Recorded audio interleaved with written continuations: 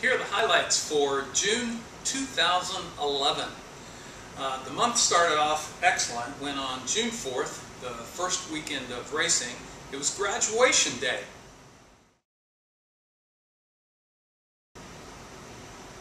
But in spite of graduation down at the University of Miami's Bank United Center, I still had 5 plays on the day, and I scored with 3 of them. The first one came with an upset in the Grade 2 Nassau at Woodbine, where my selection was Bay to Bay, who won the race pretty handily and paid a nice $15.10 for a $2 bet. I then scored with Noble's Promise in the Grade 3 Aristides, but my bet of the day was Twirling Candy, the top handicap horse in America, who was running in the Grade 2 Californian, coming off a rather lackluster performance in the Big Cap at Santa Anita. And as they turned for home, Twirling Candy would go all the way on the front end all by himself. But as it came out of the gate, the rider, Joel Rosario, took him back. As they turned into the stretch, Weave through between horses. Aggie Engineer is alongside Victory Pete. These two are matching strides now. Setsuko races in third, 2 from the front. Soul Candy could do it. Twirling Candy has now found a seam, and here he comes, and Twirling Candy is exploding in the center.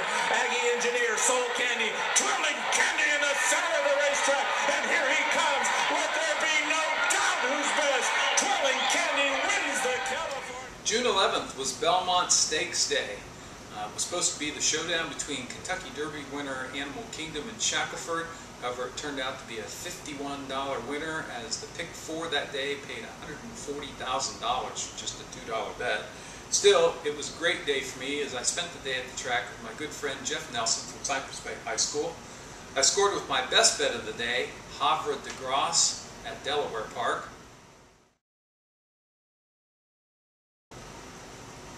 I then scored in the Leave Me Alone Stakes at Calder, where my selection was Beso Grande. Went off at a nice 2-to-1, got back over $60.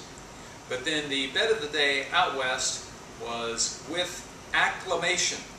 Acclamation looked to take the Charlie Whittingham, a Grade 1 race on the turf, wire to wire for the 2nd year in a row.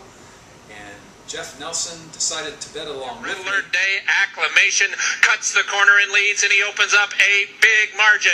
Acclamation is now 4 lengths in front. Bourbon Bay at the rail, Celtic New Year, and to the outside, Red Alert Day are all chasing the back-to-back Whittingham winner, Acclamation. Hollywood Park, the Grade 1 Charlie Whittingham, Acclamation. When Mark says 3 stars, gonna win, 3 for 3, baby. Another winner. Woo! Woohoo!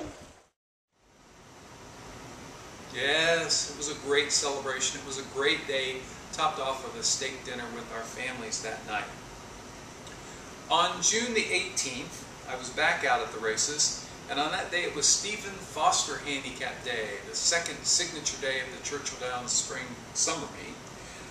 My best bets of the day were with Awesome Maria, who was best in the Grade 1 Ogden Phipps, and with Band, a top 3-year-old turf star who just walked with it as much the best in the Jefferson Cup over the Churchill Downs turf. One thing that was interesting from that day, I lost a race at Woodbine, and it was a photo finish, and it's not like cashing the ticket on the favorite would have been a big deal. But if you take a look at the photograph, first from the video clip on the left, and then from the official photo, do you notice anything? Yeah. Where's the blue part of the rail in the official photo? I'll give you that a couple jumps past the wire, I had lost the race, but it looked to me like on the wire, I had a chance to be the winner. Where was the blue part? I wrote an email to Woodbine, never heard back from them. Interesting, eh? The next weekend started off June 24th through the 26th. Started out with Friday night because of the Iowa Festival of Racing. And on the Iowa Festival of Racing, my best bet of the weekend out there was with Freedom Star, who wired the field in the Iowa Distaff.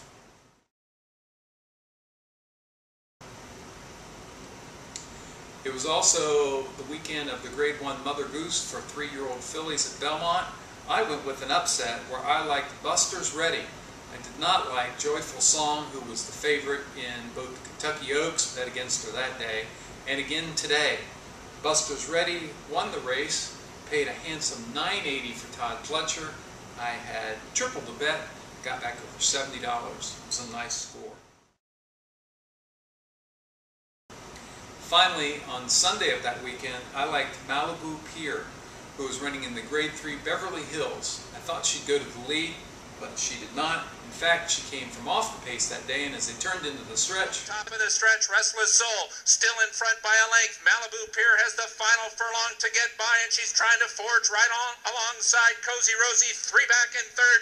Malibu Pier takes over the lead. Restless Soul is second. Cozy Rosie might get second, but she will not catch Malibu Pier. Another winner for me. So, the statistics on the month, it was not as good a month as May had been, but it was still a good month. I scored with 31% of my selections for the month. However, my average winning payoff was just a little over $5.20, and that dropped my ROI, my return on investment for every $2 bet, down to $1.79, and I usually score around $1.90. However, during the month, one of the highlights was I did score with my 100th win of the summer when Rahi Strada won the Colonial Cup, and was an upset day as he paid a very, very nice $9.80 when I had double the investment on it. So, with 2 months down over the summer, I now have 2-month total winnings of 33%.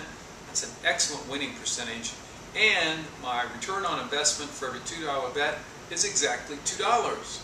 They may not think that's good because I'm breaking even. However, statistics show that if you can return $1.91 for every $2 bet, you're probably beating 93% of your handicapping rivals.